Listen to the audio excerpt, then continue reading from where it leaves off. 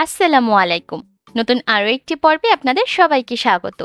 আজকের পর্বে তৈরি করে দেখাবো ডিম আর ময়দা দিয়ে বিকেলের চায়ের সাথে সার্ভ করার মতো দারুণ মজার একটা নাস্তার রেসিপি। নাস্তাগুলো তৈরি করা খুবই সহজ আর খেতে কিন্তু দারুণ মজার হয়ে থাকে।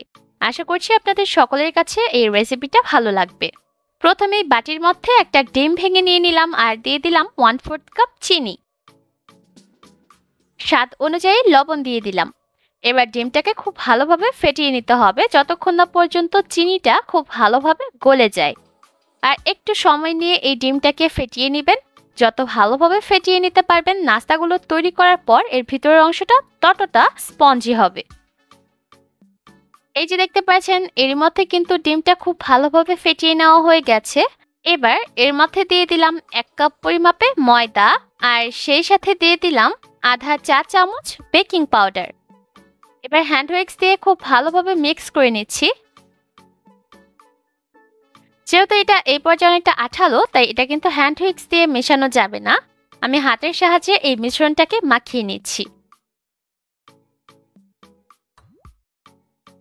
এর মধ্যে কিন্তু নাস্তা তৈরি করার জন্য মিশ্রণটা একদম রেডি।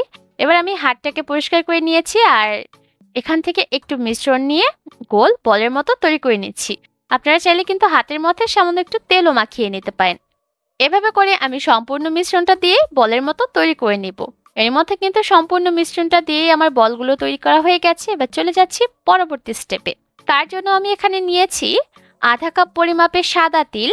এবার যে বলগুলো তৈরি করেছিলাম সেই বলগুলোকে একটা একটা করে এই তিলের মধ্যে ভালোভাবে গড়িয়ে নিতে হবে আর একটু প্রেস করে দিতে হবে, এতে করে তিল খুব ভালোভাবে এই বলের মধ্যে আটকে যাবে।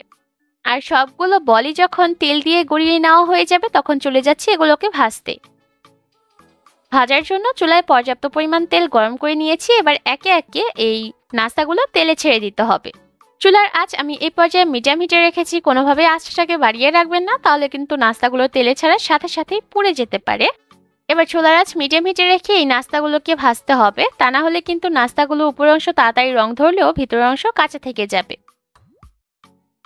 যখন মনে হবে নাস্তার একটা সাইড ভাজা হয়ে গিয়েছে তখন নাস্তাগুলোকে আমি উল্টে দিয়েছি।